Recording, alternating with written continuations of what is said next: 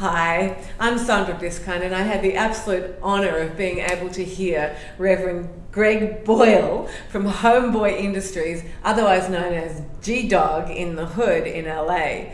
And he was inspirational, to say the least.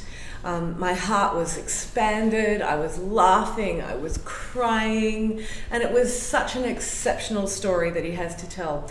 Over 30 years ago, he started Homeboy Industries in the Hood for these kids in gangs who were tattooed, they were dying, they were having the most atrocious lives that we can't even imagine. And I know that every one of us has had our challenges. We've been through some really terrible things that we need to unlock from our being so that we can move into being the best version of us. But believe me, when Reverend Greg Boyle said that when he hears the stories of some of these people from these gangs speak, he said, I wouldn't even have lasted one day as a child in their lives.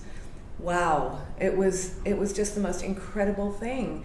And he told a story, well, lots of stories of course, but he told a story about one of the young men from the hood, from one of the gangs, who was asked to speak, and he got up and he started to quote from scripture, and he said, "The Lord is exhausted," and everybody stopped, and Reverend Boyle went, "Wow, that's so much better than the Lord is exalted." He thought, that's true, because a lot of people think that God is made in our image rather than us being made in God's image. In other words, if God is made in our image, then it's really easy to judge, isn't it? It's really easy to think that God might shun us or not bring us into his heart, might not forgive us. But you know what? If we're made in God's image, that's a totally different thing. That means that we don't have to rely on our little ego mind and our judgments and our perceptions, thinking that God's going to look at us that way. No way. God doesn't look at us from an ego perspective.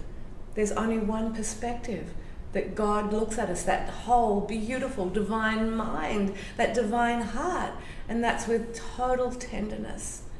He doesn't leave any one of us out. And that was one of the messages that really affected me when the Reverend was speaking.